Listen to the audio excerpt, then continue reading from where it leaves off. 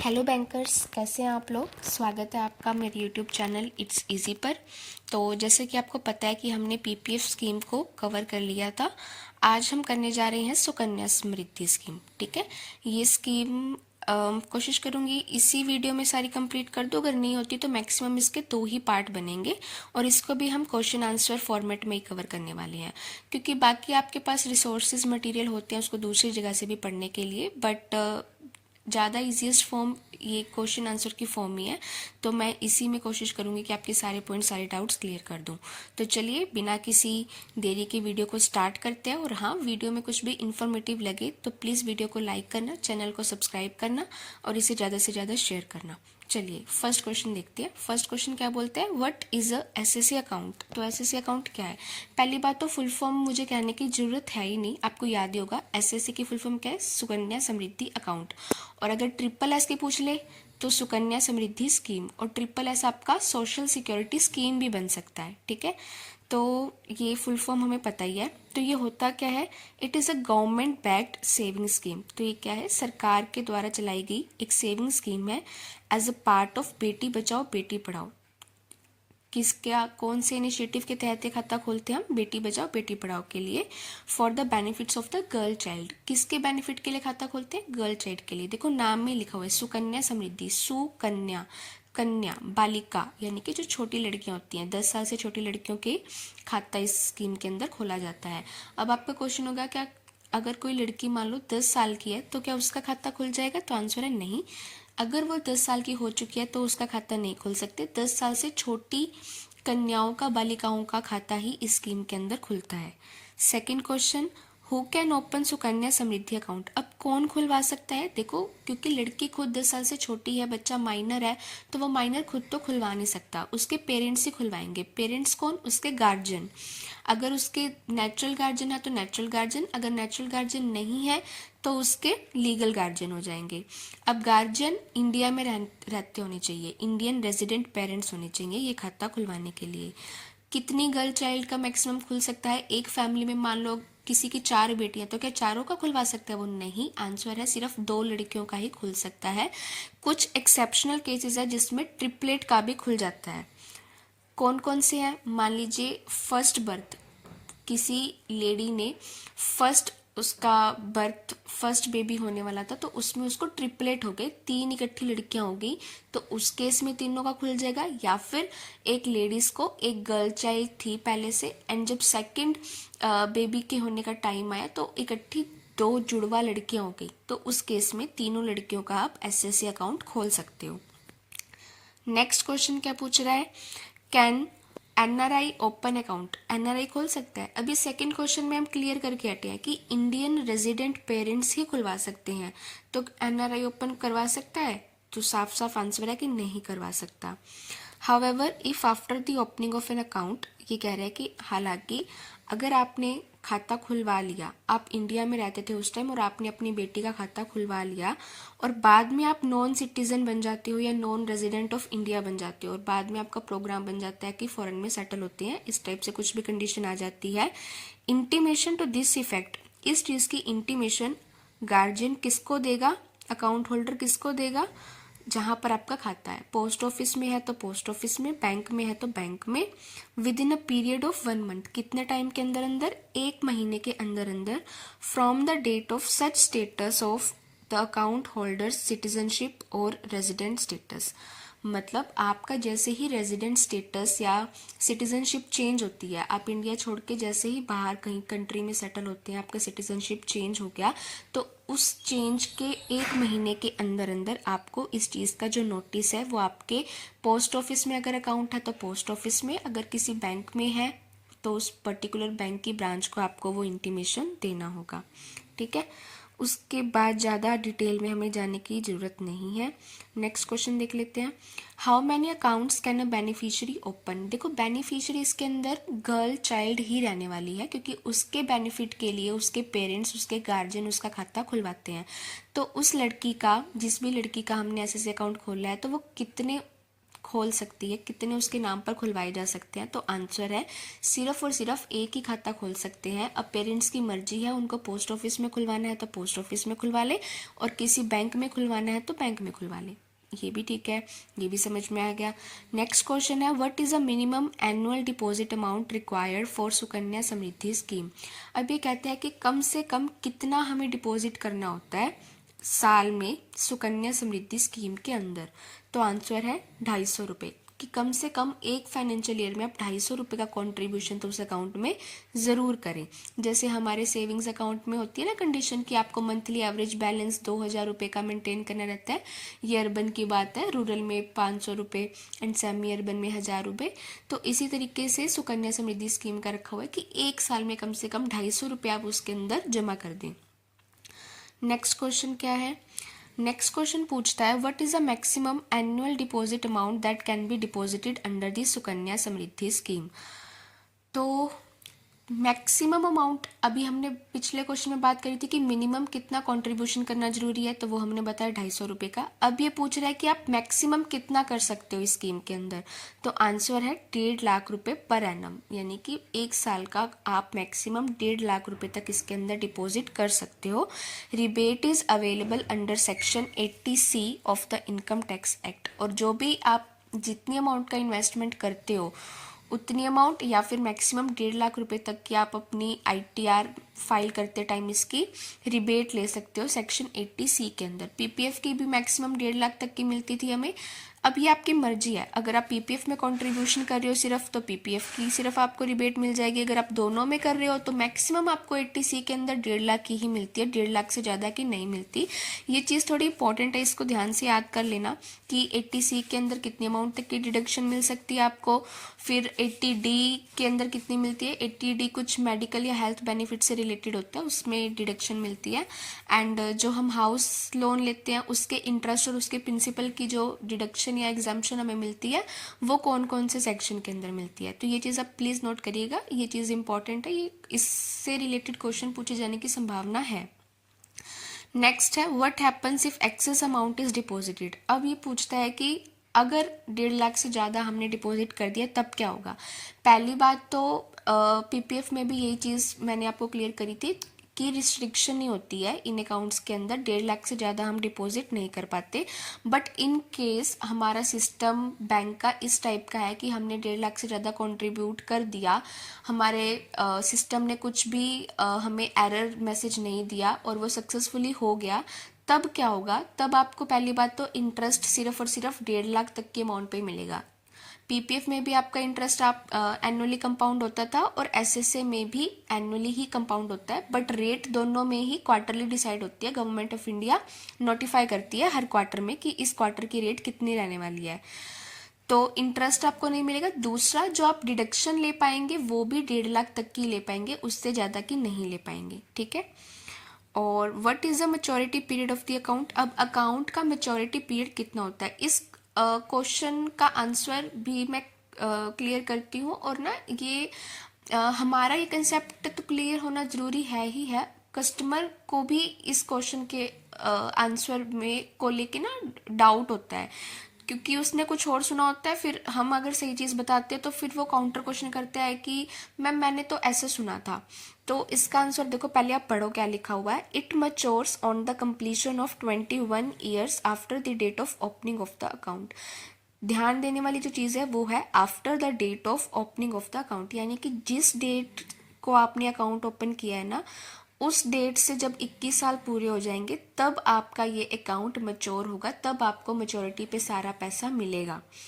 जबकि कस्टमर को पता नहीं, या तो मिसगाइड वो खुद हो के आया या किसी ने किया है, वो उसको ये लगता है कि लड़की जब 21 साल की हो जाएगी तब मुझे वो पैसे मिलेंगे, जबकि नहीं। एक्चुअल में क्या है, जिस डेट को आपने अकाउंट ओपन किया है उस डेट से जब 21 साल पूरे हो जाएंगे तब ये अकाउंट मैच्योर हुआ माना जाता है, ठीक है।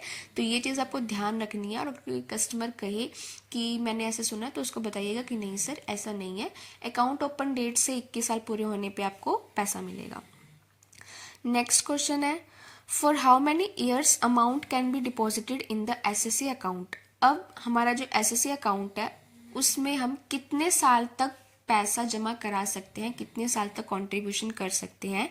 Deposits may be made in an account till the completion of a period of 15 years from the date of opening of such account. तो ये क्या कहता है कि जब जिस डेट से आपने अकाउंट ओपन किया था उस डेट से लेके जब 15 साल पूरे होने तक आप इसके अंदर पैसा जमा करा सकते हो। मिनिमम 1 साल का 250, मैक्सिमम 1.5 लाख रुपए, ठीक है।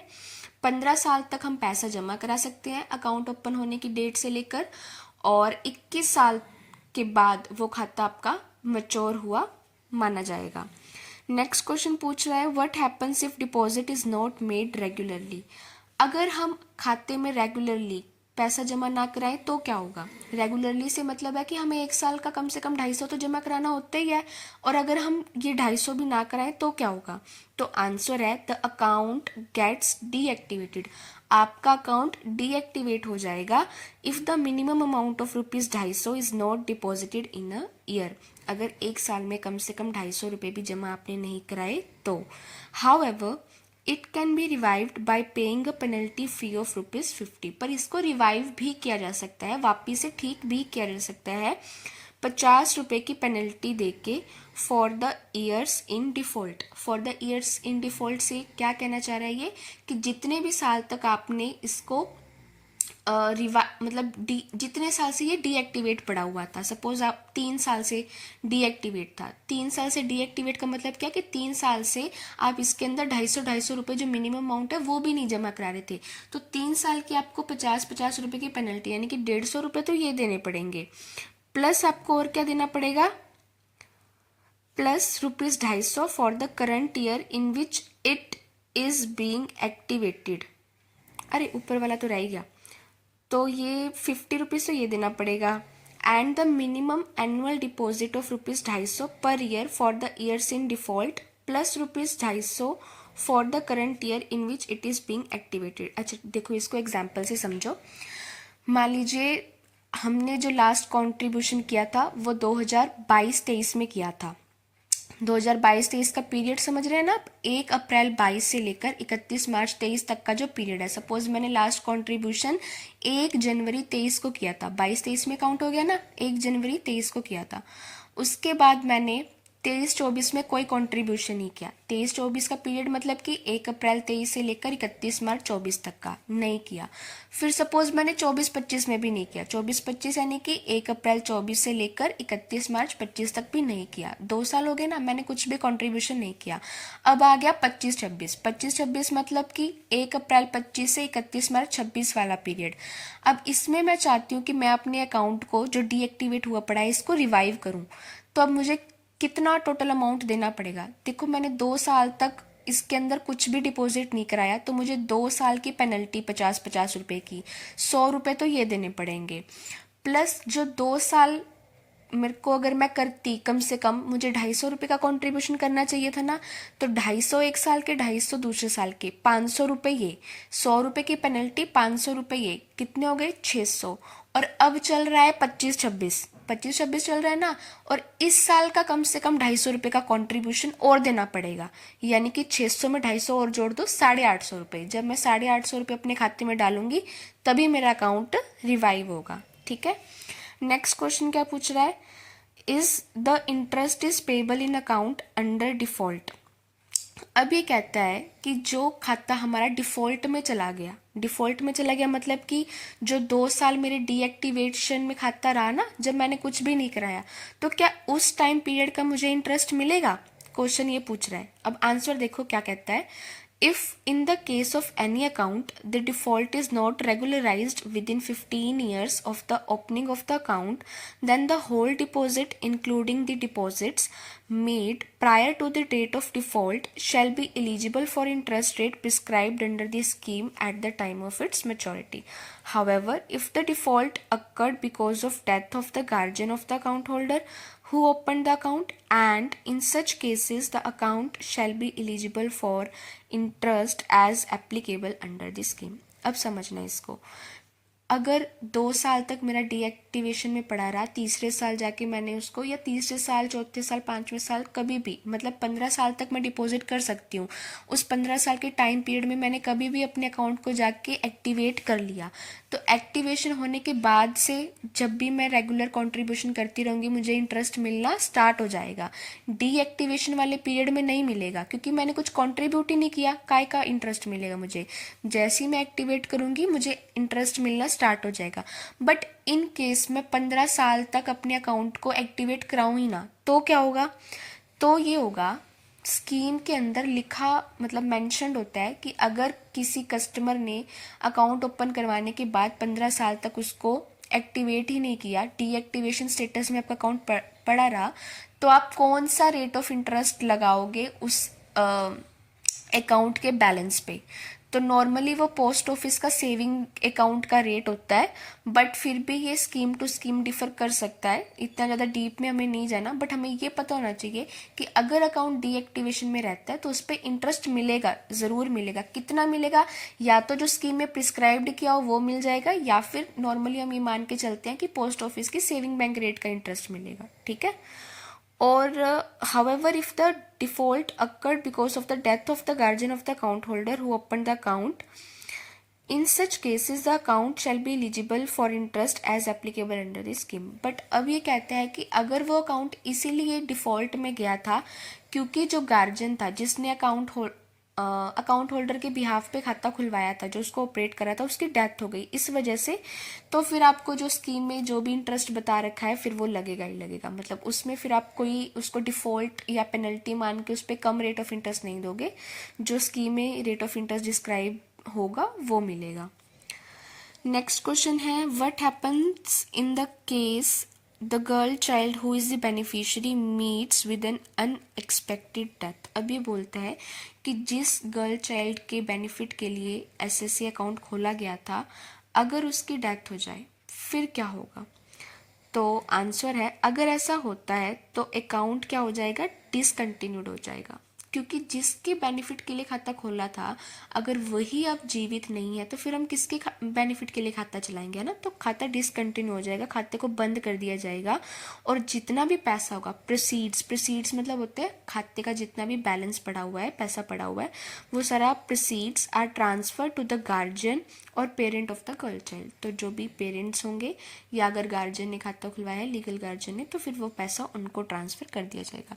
आई थिंक वीडियो लंबी हो गई है, चलो 15 क्वेश्चन, 13, 14, 15, 3 क्वेश्चन और कर लेते हैं, फिर वीडियो को एंड करेंगे, ठीक है। चलो, what happens in case of death of the depositor, guardian और parent of the girl child. अभी कहता है डिपोजिटर, जो पैसा जमा करा रहे थे इसके अंदर, अगर उनकी डेथ हो जाए, गार्जियन या parent of the girl child इनकी डेथ हो जाए तो क्या होगा? In case of death of legal guardian और parent of girl child, the scheme is either closed and the proceeds are given to the family और girl child. तो अब जो डिपॉजिटर है, जो पैसे जमा करा रहे थे, अब वही नहीं रहेंगे, तो इस खाते को कंटिन्यू करेगा कौन? तो एक ऑप्शन तो इस स्कीम में ये दिया है कि क्या करो, इस खाते को क्लोज कर दो और जो भी पैसा है, जो भी प्रोसीड्स है, वो फैमिली को या फिर गर्ल चाइल्ड को उसको ट्रांसफ़र कर दो। या फिर दूसरा ऑप्शन भी है हमारे पास, the scheme is continued with the deposited amount until the maturity period and the deposited amount continues to earn interest till the girl child attains the age of 21 years. पहला ऑप्शन दिया कि या तो आपके पास, आपको हार्डशिप हो रही है, आप इस खाते को कंटिन्यू नहीं कर सकते, अब कौन इसके अंदर डिपॉजिट करवाएगा, तो आप अकाउंट को क्लोज करो और पैसा फैमिली को या फिर जो गर्ल चाइल्ड है उसके नाम पर पैसा ट्रांसफ़र कर दो उसके अकाउंट में। दूसरा, इस अकाउंट में जितना भी बैलेंस अब तक पड़ा हुआ है, इसी बैलेंस के साथ आप इस अकाउंट को कंटिन्यू करो अनटिल द मेच्योरिटी पीरियड, जब तक कि अकाउंट की मेच्योरिटी नहीं हो जाती, और जो डिपॉजिट अमाउंट है उसके ऊपर इंटरेस्ट हमें मिलता ही रहेगा। ये हम पहले भी क्वेश्चन में हमने पढ़ा था कि अगर डिफ़ॉल्ट अकाउंट में अक्कर हुआ है पेरेंट्स की या गार्जियन की डेथ की वजह से, तो फिर जो इंटरेस्ट है वो इस अकाउंट में स्कीम में जितना प्रिस्क्राइब किया हुआ है उतना मिलता रहेगा। ऐसा नहीं है कि पेनल्टी वाला कम इंटरेस्ट मिलेगा, हमें पूरा इंटरेस्ट ही मिलेगा। नेक्स्ट क्वेश्चन है, can a guardian B change during the period of the account. तो क्या अकाउंट के पीरियड के दौरान कितना होता है, मतलब डिपॉजिट करने का 15 साल तक, वैसे मेच्योरिटी 21 साल तक। तो ये जो पीरियड है, टाइम पीरियड है, जितने साल तक खाता चलाना होता है हमें, क्या इसमें हम गार्जियन को चेंज कर सकते हैं। गार्जियन को चेंज मतलब कि मान लीजिए मदर ने खुलवा रखा है अपनी डॉटर के नाम पे, डॉटर के बिहाफ पे मदर उसको ऑपरेट करी है, तो अब मदर चाहती है कि मैन ऑपरेट करके डॉटर के फादर करें, गर्ल के फादर करे। तो क्या ऐसे चेंज कर सकते हो। और अगर फादर कर रहे थे, अब फादर चाहते हैं कि मैं ना करके मेरी वाइफ कर ले, यानी कि बेटे की माँ कर ले। तो guardian can be changed only if the first guardian has expired. तो जिसने खाता खुलवा दिया वही अब खाते को ऑपरेट करेगा।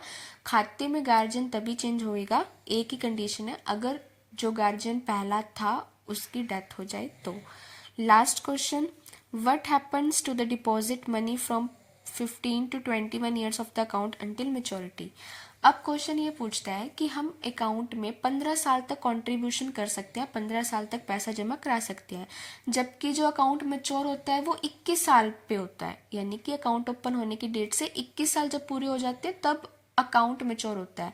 पैसा हम 15 साल तक डलवा सकते हैं। तो जो बीच के 6 साल है उस टाइम पीरियड में क्या होता है डिपॉजिट मनी का।